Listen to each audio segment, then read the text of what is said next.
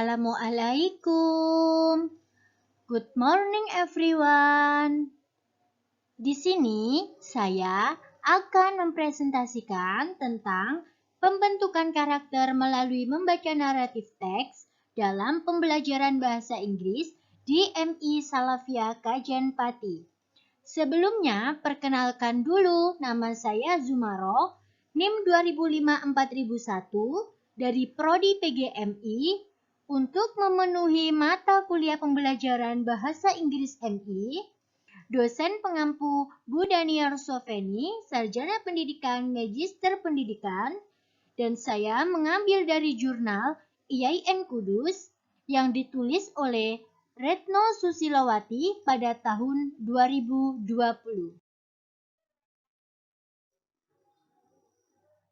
Yang pertama yaitu pada pendahuluan. Di sini menjelaskan bahwa penanaman karakter merupakan bagian yang sangat penting dari proses pendidikan.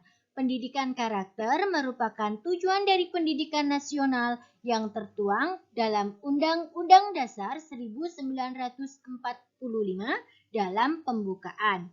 Penanaman karakter ini dapat dilakukan melalui pembiasaan literasi yang merupakan program pemerintah sekarang ini. Yang kedua yaitu pada bab pembahasan. Pada metode penelitian ini menggunakan metode qualitative research dan teknik pengumpulan data yang digunakan dalam penelitian ini antara lain observasi, wawancara atau interview, dan dokumentasi. Yang kedua yaitu kajian teori tentang karakter. Bagian A yaitu pembentukan karakter. Jadi menurut Mauna pada tahun 2016 mengatakan bahwa karakter itu merupakan watak dan pribadi seseorang yang terbentuk dan merupakan ciri khas individu. Jadi karakter itu antara siswa A dan siswa B itu pasti berbeda ya. Tidak mungkin karakter dari anak A dengan anak B itu sama. Karena sudah dijelaskan di sini juga bahwa karakter itu merupakan ciri khas individu. Kemudian bagian B yaitu elemen-elemen dari karakter. Yang pertama yaitu ada dorongan-dorongan atau drivers, kemudian insting, refleks-refleks, sifat-sifat karakter, organisasi perasaan, emosi, dan sentimen. Kemudian ada minat atau interest, ada kebajikan, dan yang terakhir ada kemauan. Poin C yaitu membahas tentang naratif teks. Nah, jadi kita akan membahas tentang naratif teks. Naratif teks itu apa sih?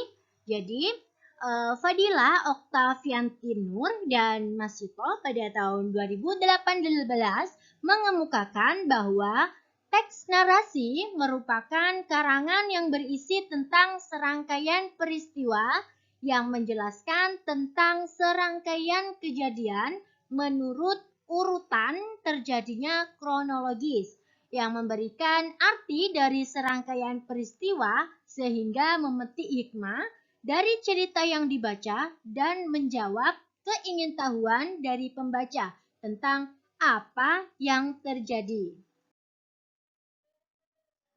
Jadi ada 3 struktur dari naratif teks.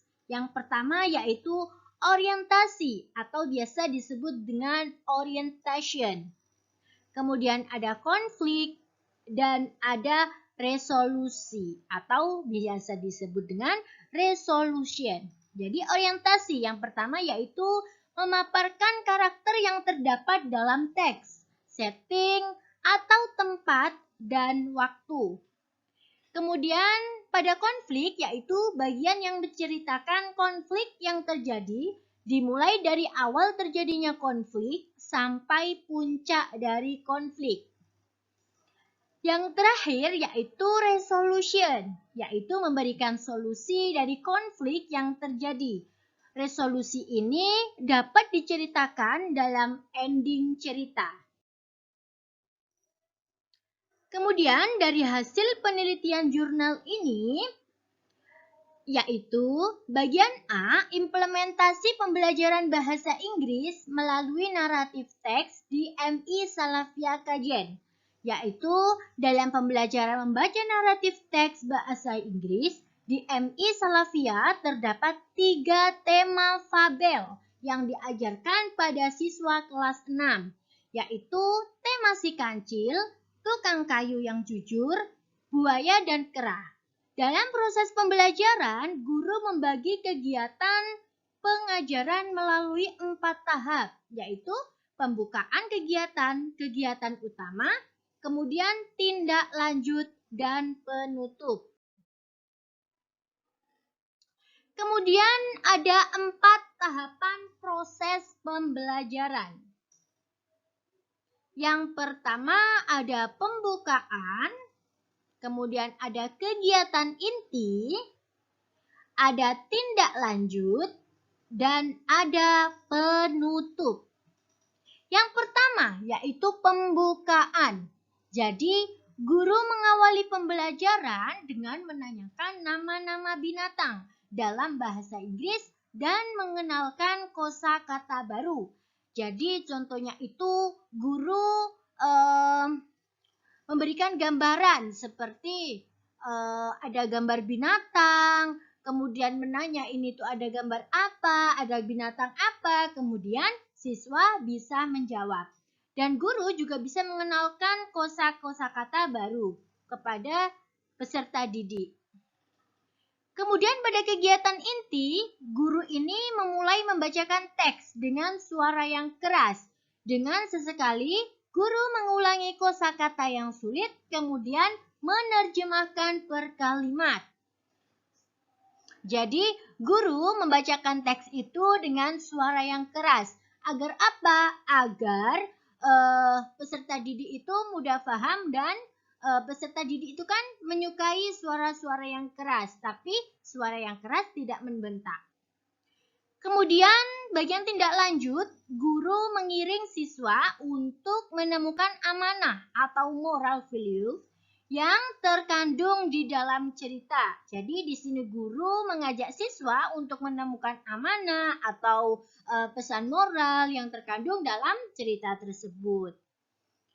Kemudian bagian penutup, guru memberikan penegasan kesimpulan pada materi yang sudah disampaikan kepada peserta didik.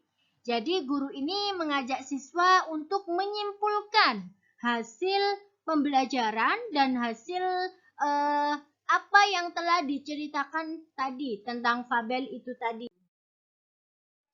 Kemudian bagian B yaitu karakter yang didapat pada pembelajaran bahasa Inggris melalui naratif teks di MI Salafia Kajen. Jadi dalam pembelajaran dengan menggunakan teks naratif ini, siswa itu sangat menyukai karena mengandung cerita-cerita lucu sesuai dengan karakter untuk siswa anak-anak.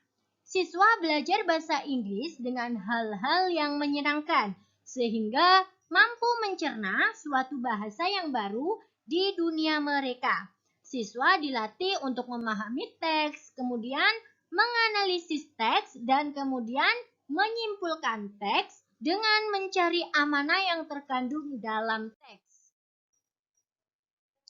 Nah, jadi dapat kita simpulkan penelitian ini memfokuskan pada pembentukan karakter peserta didik melalui implementasi pembelajaran bahasa Inggris dengan menggunakan membaca naratif teks. Dalam implementasi pembelajaran bahasa Inggris ini dapat diklasifikasikan melalui 4 tahap, yakni pembukaan, inti, tindak lanjut, dan penutup.